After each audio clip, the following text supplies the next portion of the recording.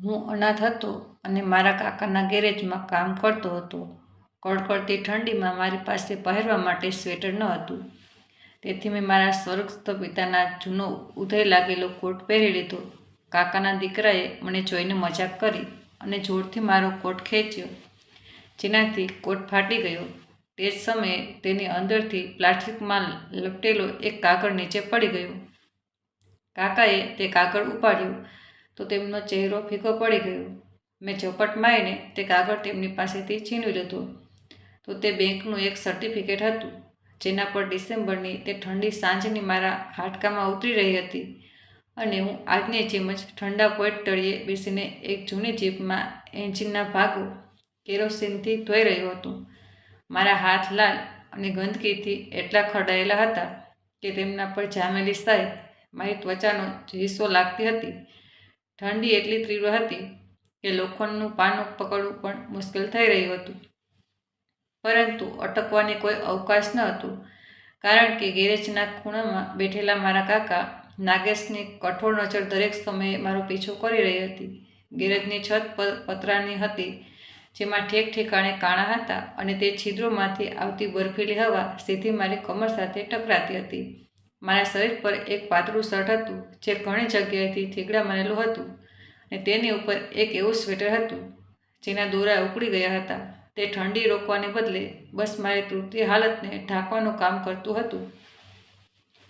હું હજી ભાગો સાફ કરી રહ્યો હતો કે મારા હાથમાંથી લપસીને લોખંડનો ભારે નટ જમીન પર પડી ગયો, જેનો અવાજ આખા ગેરેજમાં ગૂંજી ઉઠ્યો.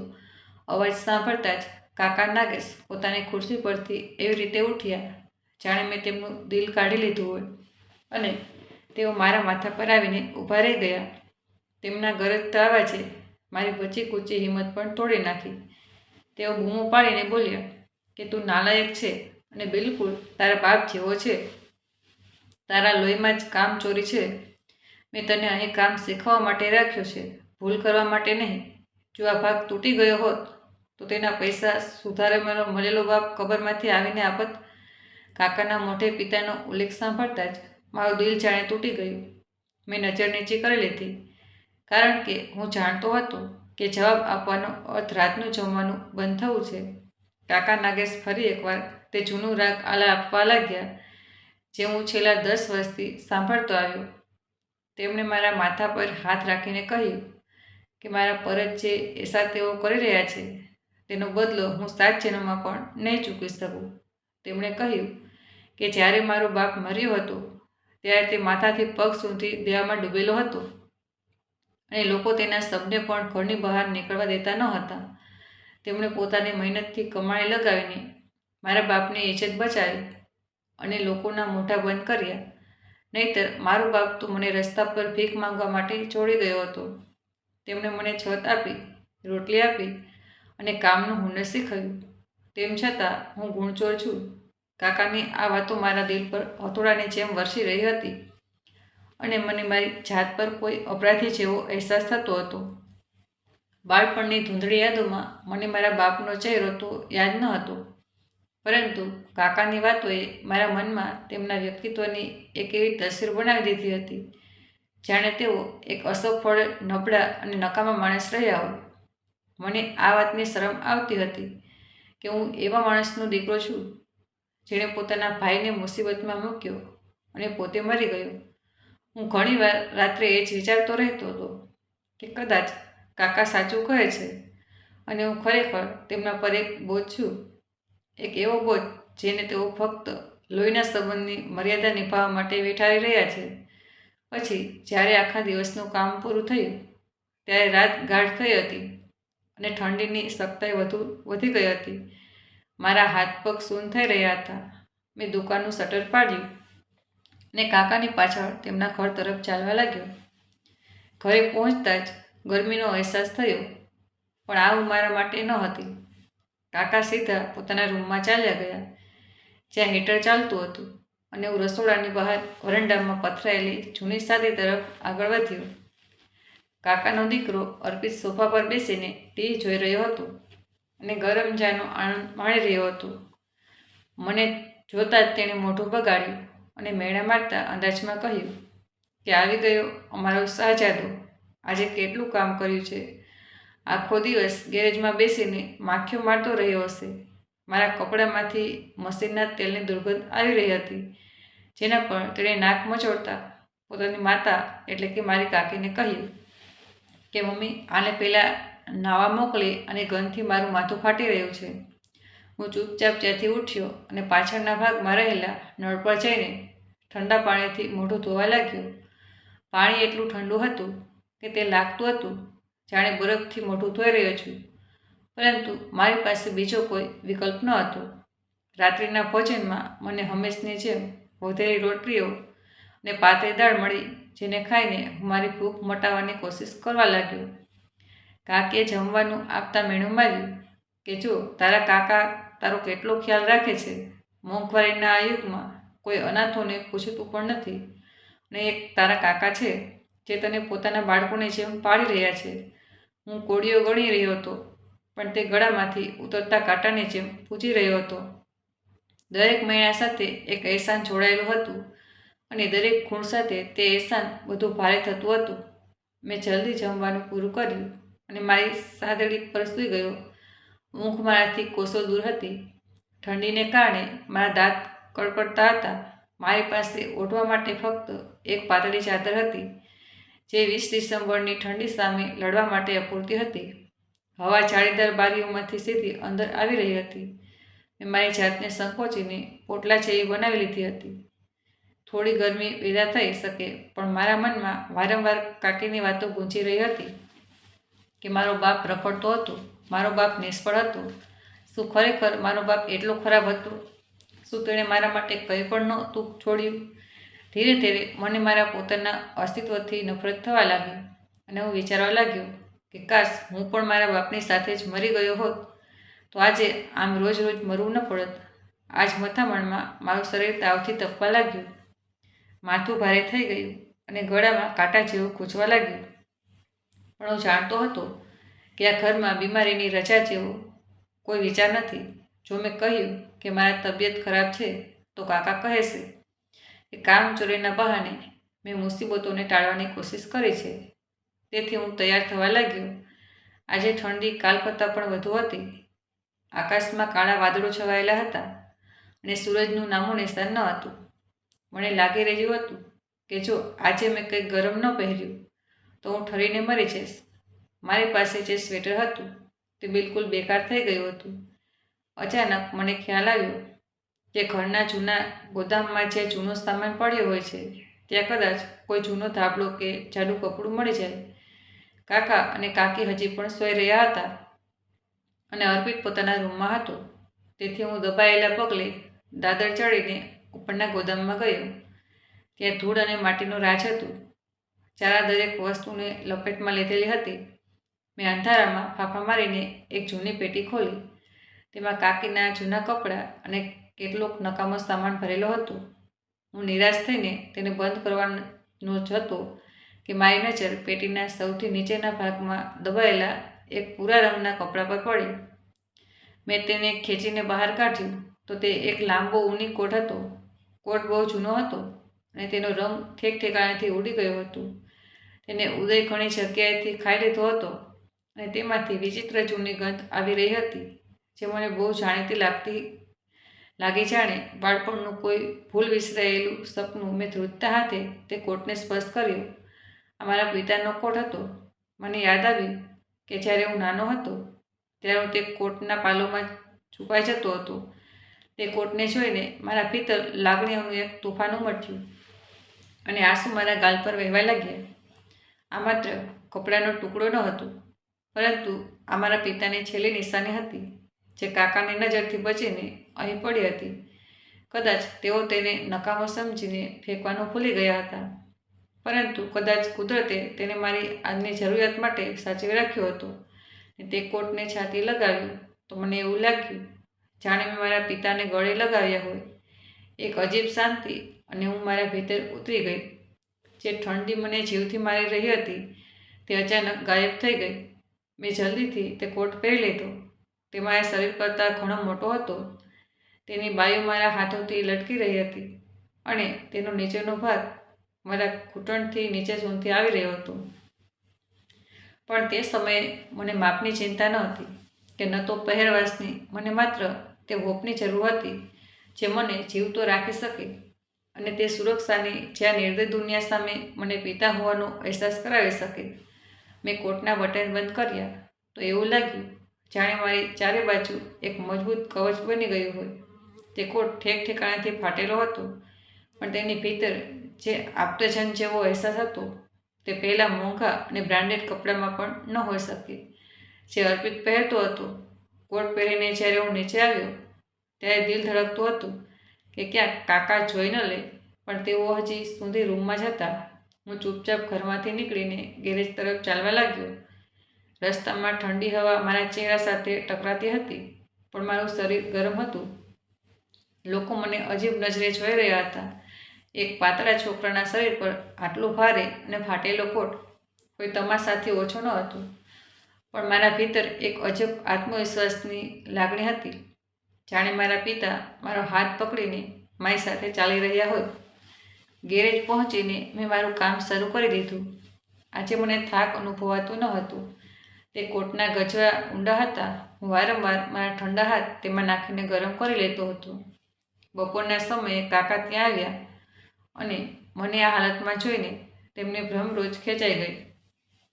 તેમણે નારાજગીથી મને ઉપરથી નીચે સુધી જોયો અને બોલ્યા, આ શું મસ્કરા છે વેશ ધારણ કર્યા છે? તે ક્યાંથી ઉઠાવી લાવ્યો છે? આ ચિત્રું મેં ડરતા ડરતા કહ્યું, કાકાજી બહુ ઠંડી હતી, મારું સ્વેટર ફાટી ગયું હતું એટલે ઉપરના ગોદામમાંથી આ જૂનો કોટ કાઢી લીધો. આ પિતાજીનો છે.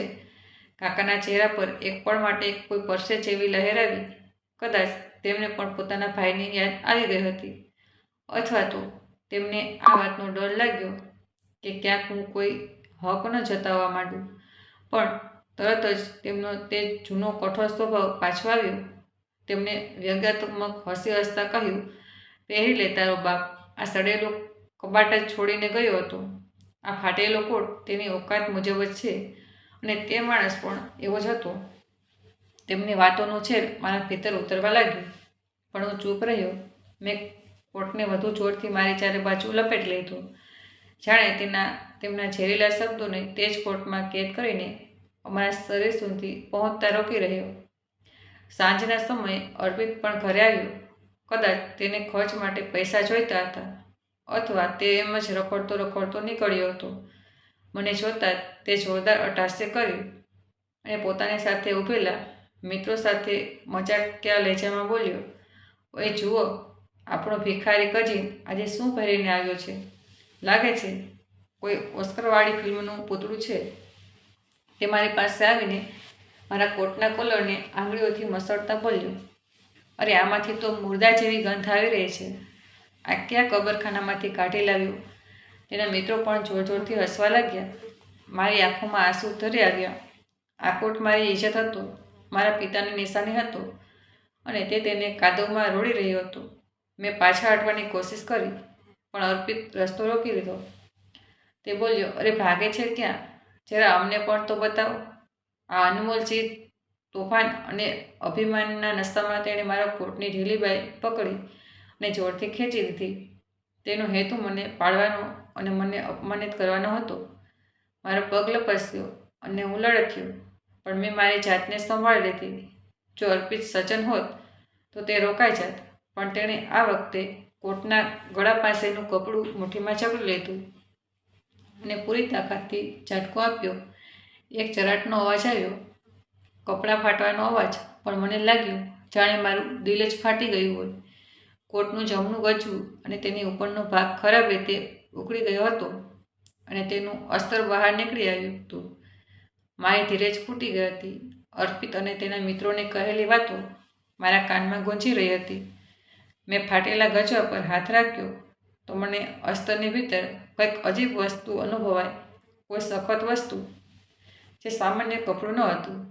મેં નવાઈથી નીચે જોયું તો ફાટેલા અસ્તર વચ્ચેથી ડોક્યું કરતો એક ખૂણો દેખાયો.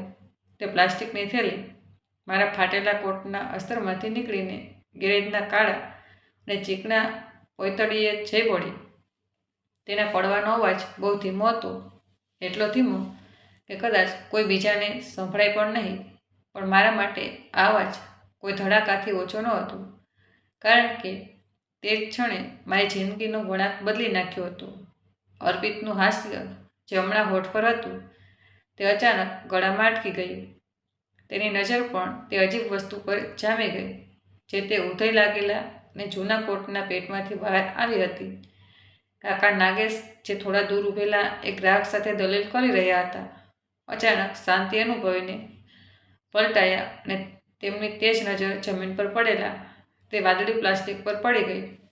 એક અજબ રહસ્યમય મસળનાટો આખા ગેરેજમાં છવાઈ ગયો, જાણે કુદરતે પોતે સમયની નજબ થામી લીધી હોય. મારા દિલના ધબકારા એટલા તેજ હતા કે મને તે મારી પાંસળીઓ સાથે ટકરાતા અનુભવાતા હતા. મેં ધ્રુજતા હાથે નવીને તે થેલી ઉઠાવી લીધી.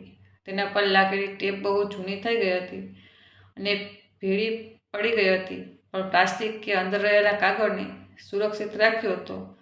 અર્પિત આગળ વધ્યો અને તે કાગળ મારા હાથમાંથી ઝપટવાની કોશિશ કરતા પોતાના તે જ પારંપરિક અભિમાનથી બોલ્યો, લાવ અહીં બતાવ, આ શું કચરો છે? ને ક્યાંય તારા કંગાળ બાપનું કોઈ જૂનું ઉધારનું બિલ હશે, અથવા કોઈ દવાની કાપલી જેને તું ખજાનો સમજી રહ્યો છે. પણ આ વખતે મારા પિત્તર ન જાણે ક્યાંથી વીજળી જેવી ઝડપ આવી ગઈ. મેં ઝાટકા સાથે હાથ પાછળ ખેંચી લીધો અને અર્પિતનો હાથ હવામાં લહેરાતો રહી ગયો. મેં ધ્રસતી આંગળીઓથી પ્લાસ્ટિકનું પડ ખોલ્યું અને તેની અંદરથી એક વળેલું કાગળ કાઢ્યું. કાગળ ખોલતા જ મારી આંખો ફાટી ગઈ. આ કોઈ સાધારણ કાગળ ન હતો અને ન તો કોઈ ઉધારીની યાદી, પરંતુ આ એક બેંકનું ફિક્સ ડિપોઝિટ પ્રમાણપત્ર હતું, જેના પર મારા સ્વર્ગસ્થ પિતાનું નામ અને મારું નામ સાફ સાફ લખેલું હતું. નીચે લખેલી રકમ જોઈને મારું મગજ ચક્રાવે ચડી ગયું હતું. 50 લાખ રૂપિયા! જી હા, પૂરા 50 લાખ રૂપિયા! આ એ જ રકમ હતી જે 10 વર્ષ પહેલાં મારા પિતાએ મારા નામે જમા કરાવી હતી. તેની નીચે એક નોંધ લખેલી હતી કે આ રકમ મારા દીકરાના 18 વર્ષના થવા પર તેને મળશે, જેથી તે પોતાની જિંદગી સન્માન સાથે જીવી શકે. મારી ઉંમર 18 વર્ષ થઈ ગઈ હતી. મારા માટે આ કાગળનો ટુકડો માત્ર કાગળ નહોતો, પરંતુ મારી આઝાદીનું એલાન હતું. મારી આંખો સામે થોડીવાર માટે અંધારું છવાઈ ગયું અને પછી અચાનક જાણે પ્રકાશ ફેલાઈ ગયો. મને કાકા નાગેશની તે બધી વાતો યાદ આવવા લાગી, જે તેઓ છેલ્લા 10 વર્ષથી મારા ભીતર ઝેરની જેમ ઉગાડતા આવ્યા હતા. કે તારો બાપ દેવામાં ડૂબેલો હતો, તારો બાપ ભિખારી હતો, તેણે તારા માટે ફક્ત અપમાન સિવાય કંઈ છોડ્યું નથી. આ બધું જૂઠ હતું, એક ભયાનક અને સફેદ જૂઠ. મારો બાપ દેવાદાર ન હતો, તે તો મારા માટે રાજાઓ જેવી જિંદગીનો બંદોબસ્ત કરીને ગયો હતો, પણ તે કોર્ટના અસ્તરમાં છુપાયેલા આ રાજે આજે કાકાના ચરિત્રનો તૃણાસ્પદ ચહેરો બેનકાબ કરી દીધો હતો. મેં માથું ઉંચકીને કાકા તરફ જોયું તો તેમનો રંગ હળદર જેવો પીળો પડી ગયો હતો. કપાળ પર પરસેવાના ટીપા સાફ દેખાઈ રહ્યા હતા.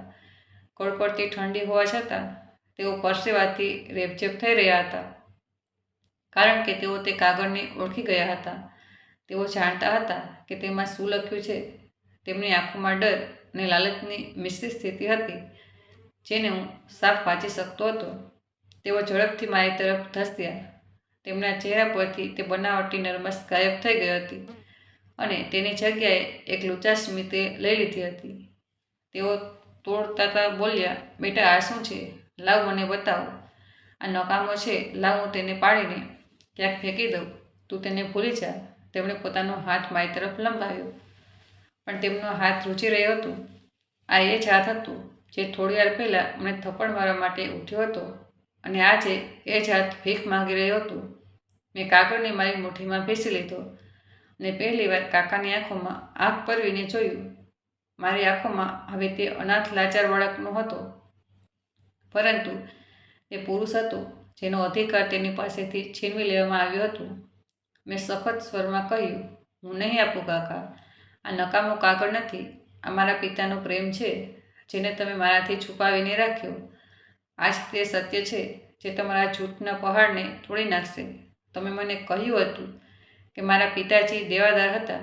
તમે મને 10 વર્ષ સુધી તમારા ઘરમાં ગુલામ બનાવીને રાખ્યો, ફક્ત એટલા માટે કે હું ક્યારેય સત્ય સુધી ન પહોંચી શકું. તમને ડર હતો કે જો મને સત્ય ખબર પડી ગઈ તો તમારી મફતની નોકરાણી અને ગેરેજ મજૂર હાથમાંથી જતો રહેશે. જ્યારે કાકા નાગેશે એ જોયું કે હું તેમની વાતોમાં નથી આવી રહ્યો તો તેમનો અંદાજ બદલાઈ ગયો. તેઓ બૂમ પાડવા લાગ્યા, અરે 2 કુડીના છોકરામાંથી સાથે જીપ ચલાવે છે. આ કાગળ મારો છે. તારા બાપે મારી પાસેથી ઉધાર લીધું હતું. આ તેની જમાનત છે. અહીં આપ મને નહીં તો હું તને જીવથી મારી નાખીશ. અર્પિતને હજી સુધી પૂરી વાત સમજાઈ ન હતી, પણ પોતાના પિતાનો ગુસ્સો જોઈને તે પણ મારી તરફ વધ્યો જેથી મને પકડી શકે. તે ક્ષણે મને મારા જીવનો ડર ન હતો, પરંતુ મેં ધરોહરનો ડર હતો જે મારી મુઠ્ઠીમાં હતી. હું જાણતો હતો કે જો આ કાગળ આજે તેમના હાથમાં લાગી ગયો તો મારા પિતા બીજી વાર મરી જશે. હું હંમેશ માટે ગુલામ બની જઈશ. કાકાએ ઝપટ મારીને મારો કોલર પકડી લીધો અને મને દિવાલ સાથે અથડાવી દીધો. તેમની આંગળીઓ મારા ગળામાં ખૂંચી રહી હતી અને તેઓ ચીસો પાડી રહ્યા હતા. કાગળ કાઢી આપ, નહીંતર તારું ગળું દબાવી દઈશ. મારો દમ ઘૂંટાવા લાગ્યો, પણ મારા હાથની પકડ તે કાગળ પર ઢીલી ન થઈ. આ જ અસંઘર્ષમાં મારી નજર ગેરેજના ખુલ્લા દરવાજા પર પડી. નિર્ણય લેવામાં એક પળ પણ ન લાગી. મેં મારી પૂરી તાકાત ભેગી કરી અને કાકાના પેટમાં જોરથી કોણી મારી દીધી. તેઓ દર્દથી બેવડા વળીને પાછા હટ્યા. અર્પિતે મને પકડવાની કોશિશ કરી, પણ મેં તેને ધક્કો માર્યો અને તે તેલના ડ્રમ પર જઈ પડ્યો. હું હવામાં લહેરાખાની જેમ ગેરેજમાંથી બહાર નીકળી ગયો. બહાર રાતનું અંધારું અને કડકડતી ઠંડી મારું સ્વાગત કરી રહ્યા હતા, પણ હવે મને ઠંડી લાગતી ન હતી. મારા સીનામાં આગ સળગી રહી હતી. પ્રતિશોધ અને સત્યની તેજ આગમાં હું ઉગાડા પગે રસ્તા પર દોડી રહ્યો હતો. મારી પાછળ કાકાની ગાળો અને ધમકીઓનો અવાજ આવી રહ્યો હતો. પકડો, આને ચોર છે. આ મારું બધું લઈ ગયું. પણ મેં પાછું ન જોયું. નહીં, મારા જમણા હાથમાં તે કાગળ હતો અને ડાબા હાથમાં હું મારો ફાટેલો કોટ સંભાળી રહ્યો હતો. આ કોટ હવે માત્ર કપડું ન હતું, તે મારી ઢાલ હતું. મારા પિતા મારી સાથે દોડી રહ્યા હતા. આ હવા મારા કાનમાં ગણગણાટ કરી રહી હતી કે દોડ અને વધુ દૂર દોડ. આ જાલિમોની વસ્તી છે. મારો રસ્તો શહેરના તે જૂના વકીલ સાહેબના ઘર તરફ જત હતો, જેમનું નામ મેં બાળપણમાં મારા પિતા પાસેથી સાંભળ્યું હતું અને જેઓ તેમના ખૂબ ગાઢ મિત્ર હતા. મને યાદ હતું કે કાકાએ તેમની સાથે પણ મારો સંપર્ક એવું કહીને તોડાવી દીધો હતો કે તેઓ ધોકેબાજ છે. પણ આજે મને સમજાઈ રહ્યું હતું કે ધોકેબાજ કોણ છે. રસ્તો સુમસામ હતો અને કૂતરા ભસી રહ્યા હતા. મારા પગમાં કાંકરા ખૂંચી રહ્યા હતા, પણ હું અટક્યો નહીં, કારણ કે મને ખબર હતી કે જો આજે હું અટકી ગયો તો મારી વાર્તા અહીં જ ખતમ થઈ જશે. હું દોડી રહ્યો હતો. મારો સીનો ફાટી જવાનો હતો, પણ એક જ અજબ તાકાત મને આગળ ધકેલી રહી હતી. આખરે હું વકીલ સાહેબના ઘરની બહાર પહોંચી ગયો અને દરવાજા પર પાગલની જેમ ટકોરા મારવા લાગ્યો.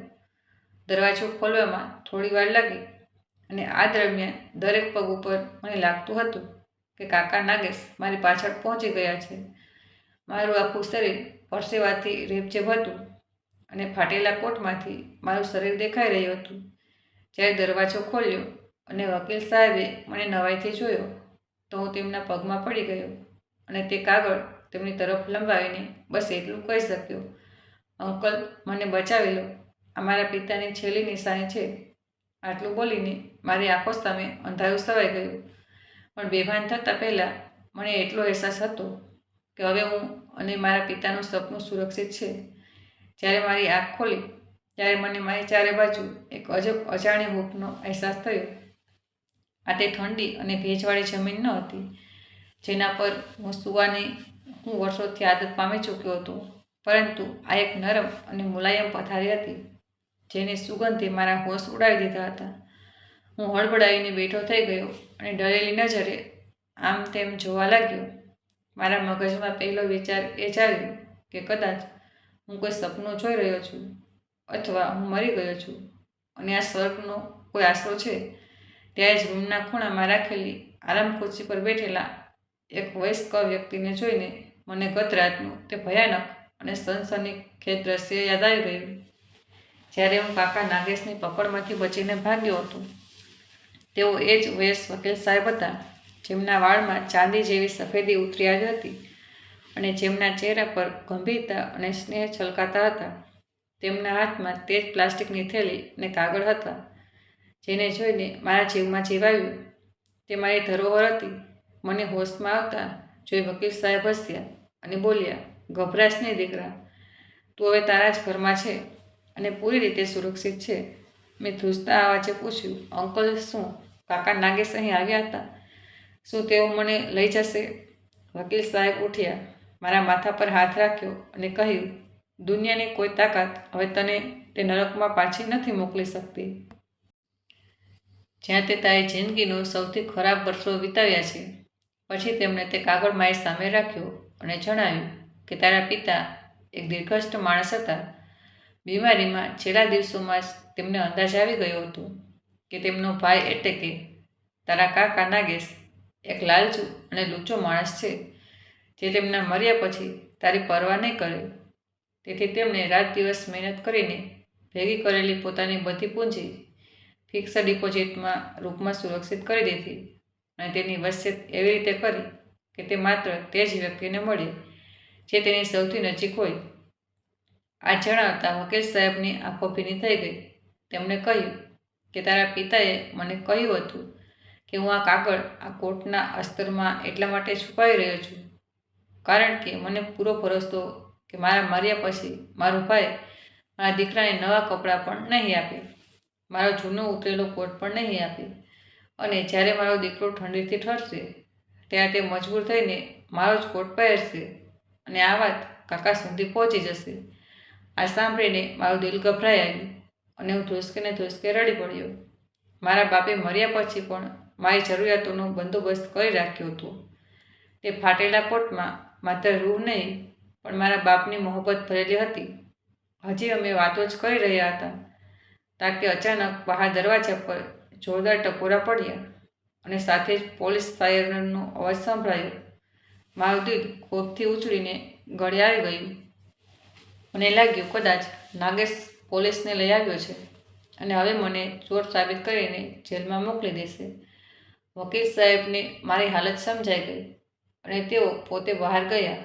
હું ડરતા બારીની ઓથેથી જોવા લાગ્યો. ખરેખર બહાર નાગેશ ઊભો હતો અને તેની સાથે 2 પોલીસવાળા હતા. નાગેશ બૂમો પાડીને કહી રહ્યો હતો કે ઇન્સ્પેક્ટર સાહેબ, આ જ એ ઘર છે જ્યાં મારો ભત્રીજો છુપાયેલો છે. આ વકીલે તેનું અપહરણ કર્યું છે અને આ છોકરો મારા ઘરેથી 50 લાખના ઘરેણાં અને રોકડ ચોરીને ભાગ્યો છે. પોલીસવાળાઓએ વકીલ સાહેબ સાથે બદમીજી કરવાની કોશિશ કરી, પરંતુ વકીલ સાહેબ શહેરના જાણીતા કાયદાવિદ હતા. તેમણે પોતાના રોકદરપોર અવાજમાં પોલીસવાળાઓને રોક્યા અને કહ્યું કે ખબરદાર, જો કોઈએ મારા અસીલના ઘરમાં વોરંટ વગર ઘૂસવાની કોશિશ કરી તો પછી તેમણે પોલીસને પહેલાં કાગળ બતાવ્યા અને કહ્યું કે આ છોકરો ચોર નથી પણ આ મિલકતનો અસલી વારસદાર છે અને આ નાગેશ નામની વ્યક્તિ જે પોતાને તેનો સંરક્ષક ગણાવે છે તે હકીકતમાં એક કબજો જમાવનાર અને ઠગ છે, જેણે એક અનાથની સંપત્તિ હડપવાની કોશિશ કરી છે.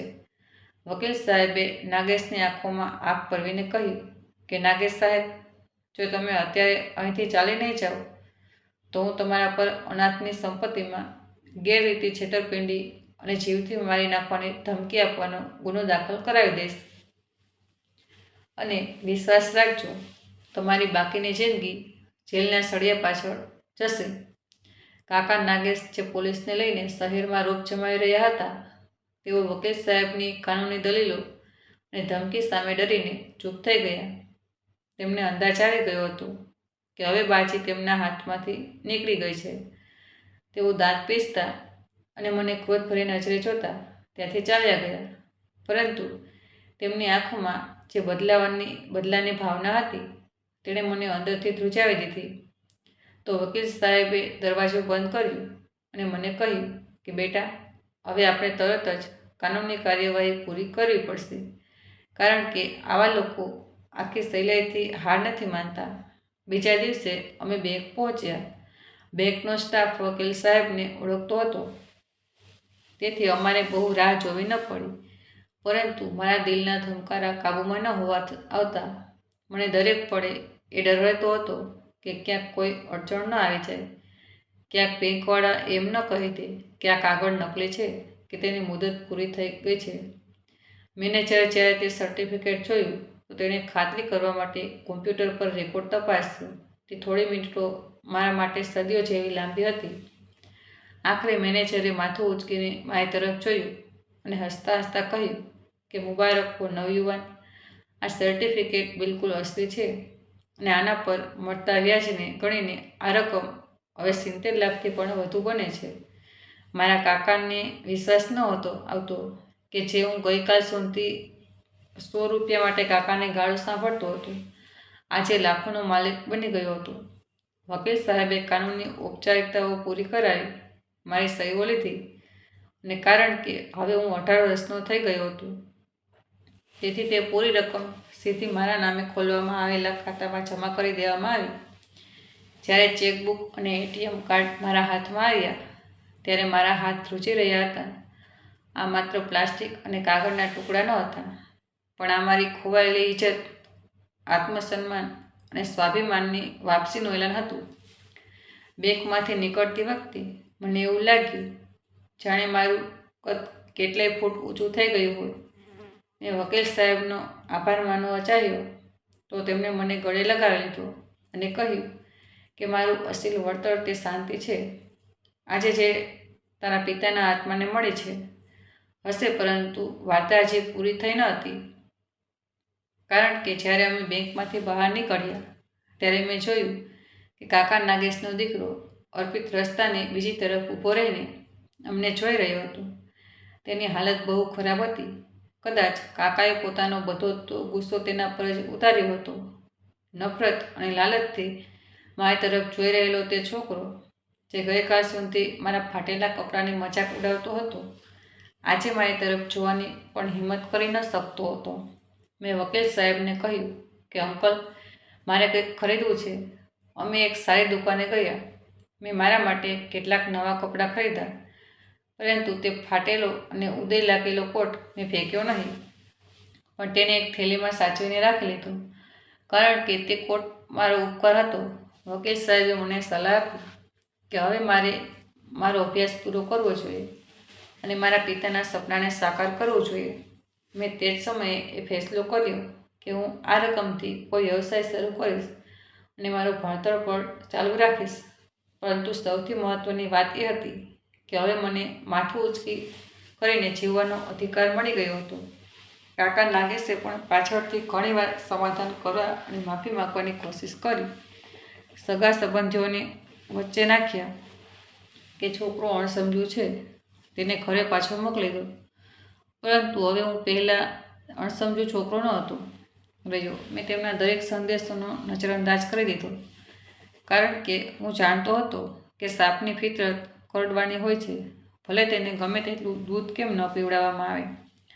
વકીલ સાહેબે મારી કાનૂની દેખરેખ પોતાના માથે લઈ લીધી અને મને તે તેમના ઘરના એક ભાગમાં રહેવાની જગ્યા આપી દીધી, જ્યાં મેં મારી નવી જિંદગીની શરૂઆત કરી. રાત્રે જ્યારે હું સૂવા માટે પડ્યો ત્યારે મેં મારો પહેલો જૂનો કોટ ઓશિકા પાસે રાખી લીધો. તેનું ગજબું હજી પણ ફાટેલું હતું, પણ તે જ ગજવાએ મારી કિસ્મતની દિશા બદલી નાખી હતી. મને એક ગાઢ, શાંત અને ડર વગરની ઊંઘ આવી રહી હતી, જેની હું વર્ષોથી રાહ જોતો હતો. મને વિશ્વાસ હતો કે આકાશમાં મારા પિતા મને જોઈને હસતા હશે, કે તેમનો દીકરો હવે મજબૂર નથી રહ્યો, પણ એક સ્વતંત્ર માણસ બની ગયો છે. પણ મને એ ખબર ન હતી કે કુદરત હજી મારી એક વધુ પરીક્ષા લેવાની હતી, કારણ કે દોલત પોતાની સાથે નવા દુશ્મનોને પણ લાવે છે અને કાકા નાગેશની આ ખામોશી કોઈ મોટા તોફાનનો સંકેત હોઈ શકે છે. જો કે તે સમય માટે હું જીતી ગયો હતો અને આ જીત સચ્ચાઈની જીત હતી. વકીલ સાહેબની મહેરબાની અને બેંકમાંથી મળનારી રકમ મેં મારી જિંદગીનો નકશો બદલી નાખ્યો હતો. પણ મારી અંદરનો પહેલો ડરેલો બાળક હજી પણ ક્યાંક જીવતો હતો, જે રાત્રે ફાળ પડીને જાગી જતો હતો. મને અવારનવાર એવું લાગતું હતું કે કાકા નાગેશ મને ફરીથી પહેલા કાળા ગેરેજમાં ઢસડીને લઈ જઈ રહ્યા છે, પણ મારો અવાજ નીકળી શકતો નથી. સમય પસાર થતો ગયો અને મેં હિંમત ભેગી કરીને શહેરના મુખ્ય બજારમાં ગાડીઓના સ્પેર પાર્ટની એક દુકાન ખોલી. દુકાનનું નામ મેં મારા પિતાના નામ પર અમાનત ઓટો રાખ્યું, કારણ કે આ વ્યવસાય તે જ અમાનતના જોરે શરૂ થયો હતો જે મારા પિતા મારા માટે છોડી ગયા હતા. મારી સમજદારી, મહેનત અને વકીલ સાહેબના માર્ગદર્શનની અસર થઈને અને જોતજોતામાં મારો કારોબાર ખીલી ઉઠ્યો. જે ગ્રાહકો પેલા કાકા નાગેશના ગેરેજમાં લૂંટાતા હતા તેઓ હવે મારી દુકાન તરફ વળવા લાગ્યા, કારણ કે અહીં તેમને અસલી સામાન વ્યાજબી ભાવે મળતો હતો. બીજી તરફ કાકા નાગેશનું ગેરેજ ધીરે ધીરે વિરાન થવા લાગ્યું. તેમની બેઈમાની અને ગ્રાહકો સાથેની બદતમીજીની વાતો આખા શહેરમાં ફેલાઈ ગઈ હતી. કુદરતનો બદલો શાંત હતો પણ બહુ કઠોર હતો. જે ગેરેજમાં મને ઠંડીમાં ઠરવા માટે મજબૂર કરવામાં આવતો હતો, હવે ત્યાં સન્નાટો છવાયેલો રહેતો હતો અને ગ્રાહકોનું આવવાનું બંધ થઈ ગયું હતું. પરંતુ મેં કહ્યું તેમ દોલત નવા દુશ્મનોનો પેદા કરે છે અને જૂના દુશ્મનોની બળતરાને વધુ હવા આપે છે. કાકા નાગેશ મારી સફળતા જોઈને અંદરને અંદર સળગી રહ્યા હતા. મને ખબરો મળતી રહેતી હતી કે તેઓ બજારમાં મારા વિરુદ્ધ વાતો ફેલાવે છે કે મેં તેમના પૈસા ચોરીને આ દુકાન બનાવી છે. મારી પાસે પાકા કાનૂની પુરાવા હતા, તેથી તેઓ મારું કંઈ બગાડી શકતા ન હતા. પણ ઘાયલ સાપ મરતા પહેલાં વધુ ખતરનાક બની જાય છે અને હુમલો કરવા માટે તકની રાહમાં હોય છે. શિયાળાની એક વધુ ઉદાસ સાંજ આવી ગઈ હતી. બિલકુલ એવી જ સાંજ જેવી તે દિવસે હતી જ્યારે હું ઘરેથી ભાગ્યો હતો. દુકાન વધારવાનો સમય થઈ રહ્યો હતો કે અચાનક દુકાનના દરવાજે એક પડછાયો દેખાયો. મેં જોયું તો તે મારો પિતરાઈ ભાઈ અર્પિત હતો. તેનો વેશ વિખરાયેલો હતો, કપડાં ગંદા હતા અને રડી રહ્યો હતો. તેને જોઈને મારું લોહી ઉકળી ઉઠ્યું અને જૂના જખમો ફરી તાજા થઈ ગયા. મેં તેને દુકાનમાંથી નીકળી જવા કહ્યું, પણ તે મારા પગમાં પડી ગયો અને કરગરવા લાગ્યો કે ભાઈ, મને માફ કરી દે, અમે પૂરી રીતે બરબાદ થઈ ગયા છીએ. હવે કાકા નાગેશને હૃદયરોગનો હુમલો આવ્યો છે. તેઓ હોસ્પિટલમાં નહીં પણ ઘરે જ પથારીવશ છે. અમારી પાસે ઈલાજ માટે પૈસા નથી અને ડૉક્ટરે જવાબ આપી દીધો છે. તેઓ પોતાના છેલ્લા સમયે તારી માફી માગે છે અને વારંવાર તારું નામ લઈ રહ્યા છે.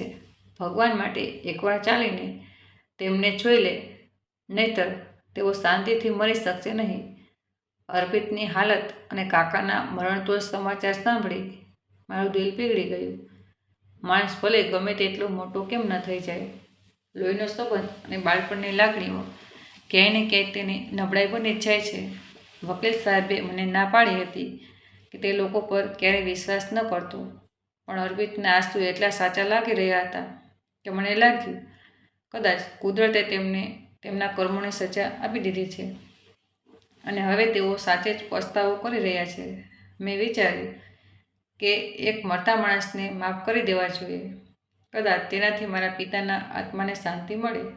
મેં દુકાન બંધ કરી અને મારી નવી ગાદીમાં બેસીને અર્પિત સાથે જૂના મોહલ્લા તરફ ચાલવા લાગ્યો. રસ્તામાં અર્પિત પોતાની અને કાકાની ભૂલો સ્વીકારતો રહ્યો, જેનાથી મારો વિશ્વાસ વધુ મજબૂત થયો કે તેઓ ખરેખર બદલાઈ ગયા છે. જ્યારે અમે તે મનહૂસ ગલીમાં પહોંચ્યા ત્યારે ચારે બાજુ વિરાન જેવું હતું. ગેરેજ બંધ પડ્યું હતું અને ઘર પર એક અજીબ શાંતિ છવાયેલી હતી.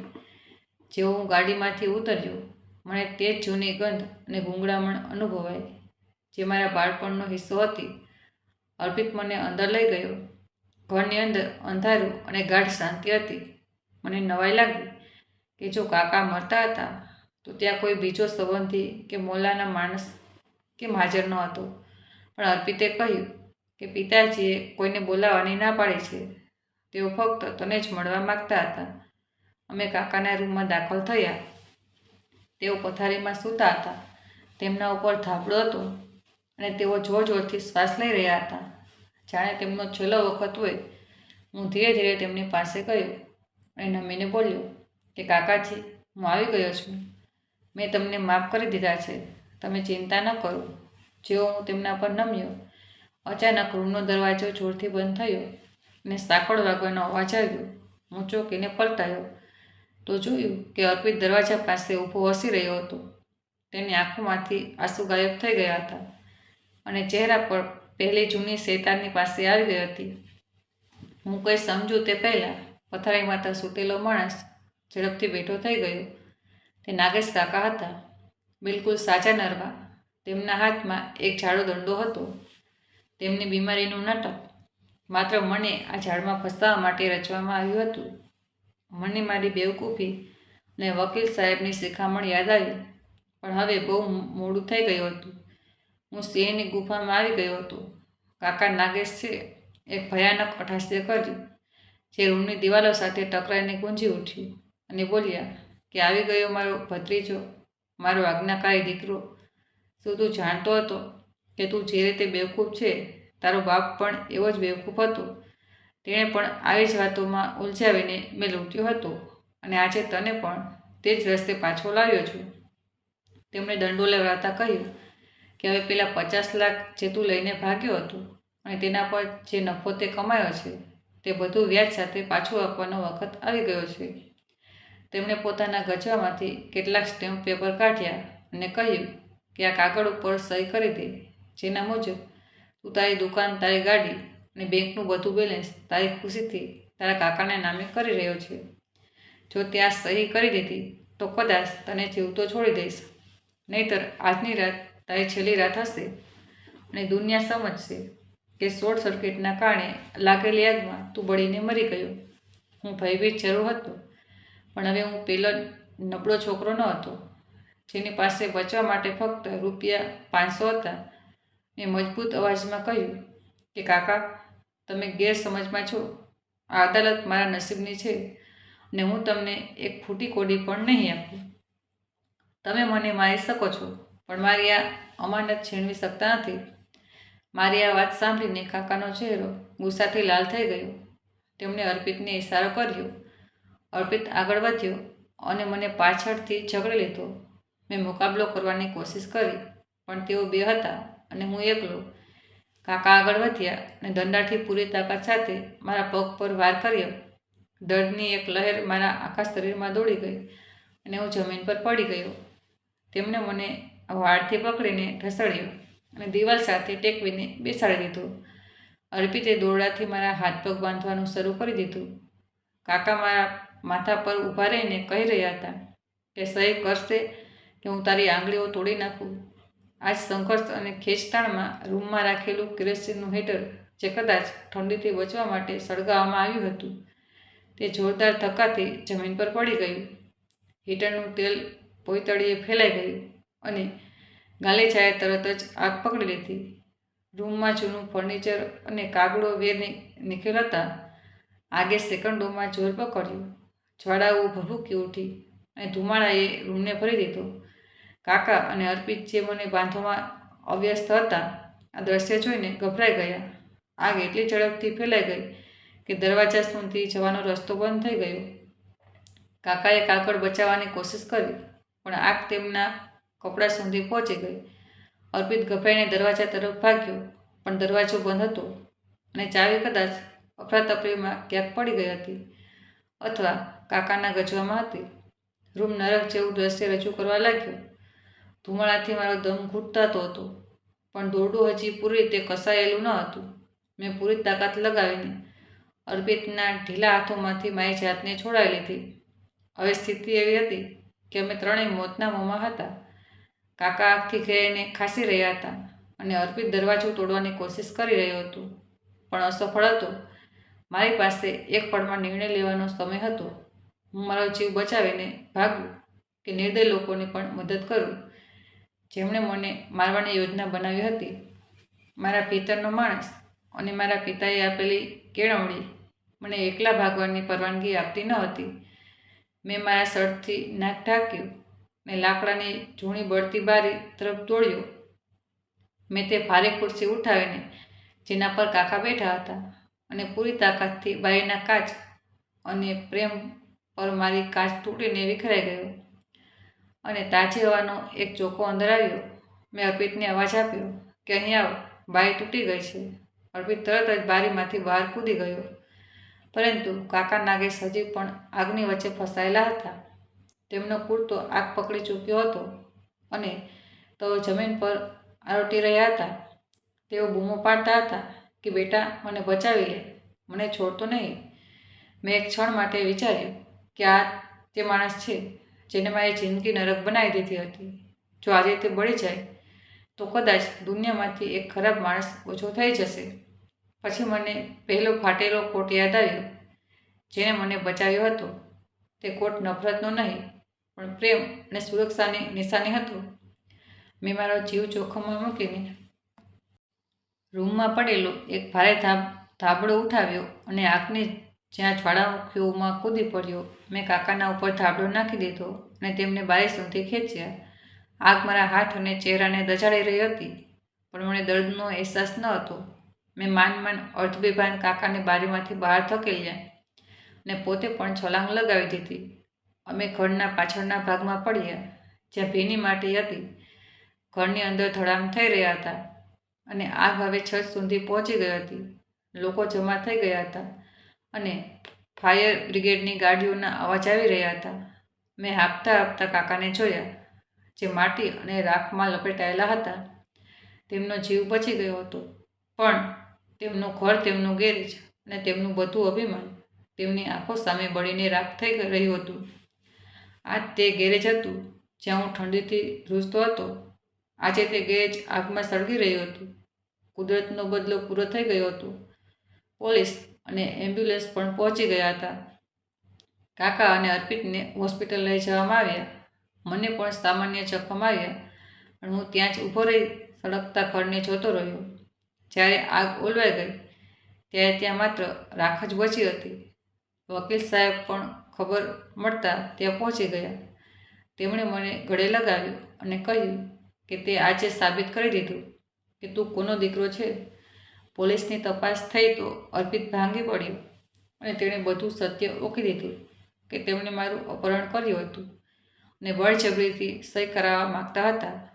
તેઓ પૂરી રીતે બળી ગયા હતા પણ જીવતા હતા. તેમના વિરુદ્ધ ઠગાઈ અને છેતરપિંડીનો ગુનો દાખલ થયો. તેઓ પથારીવશ હતા અને હવે તેમની પાસે ન ઘર હતું, ન કારોબાર અને ન તો ઇજ્જત. બધું તે જ આગમાં બળી ગયું હતું જે તેમણે મારા માટે લગાવી હતી. જ્યારે હું તેમને મળવા ગયો ત્યારે તેઓ મારી સાથે નજર મિલાવી શકતા નહોતા. તેમની આંખોમાં કોઈ આંસુ ન હતા. હવે તેઓ કોઈ કામના ન હતા રહ્યા. મેં તેમના માટે કેટલા પૈસા અને ફળ રાખ્યા અને શ્રદ્ધાથી કહ્યું કે કાકા, પેલો કોટ જે મેં તમે ફાડ્યો હતો તેને ગજવામાં માત્ર દોલત ન હતી પણ તે સંસ્કાર પણ હતા જે મને મારા પિતા પાસેથી મળ્યા હતા. મેં તમને માફ કર્યા કારણ કે હું મારી બાકીની જિંદગી નફરતના બોજ સાથે જીવવા નથી માગતો. જ્યારે હું બહાર નીકળ્યો ત્યારે સૂરજ ઉગી રહ્યો હતો. ઠંડી હજી પણ હતી પણ મને હવે ઠંડક અનુભવાતી ન હતી કે મારી અંદર એક અજીબ શાંતિ હતી. આ શાંતિ દુનિયાની કોઈ પણ આગ કરતાં વધુ ગરમ અને કોઈ પણ કિલ્લા કરતાં વધુ સુરક્ષિત હતી. હું મારી ગાડીમાં બેઠો અને મારી દુકાન તરફ ચાલવા લાગ્યો જ્યાં એક નવી સવાર અને નવી સફળતાઓ મારી રાહ જોતી હતી. આ વાર્તા એ વિશ્વાસ પર પૂરી થાય છે કે ચાલીની એ રસ્તી હંમેશા નબળી હોય છે પણ જ્યારે તે ખેંચાય છે ત્યારે તેને સાંભળવાની તક નથી મળતી અને સતાવેલા વ્યક્તિની કરુણ પોકાર અને ધીરજનું ફળ જરૂર મળે છે.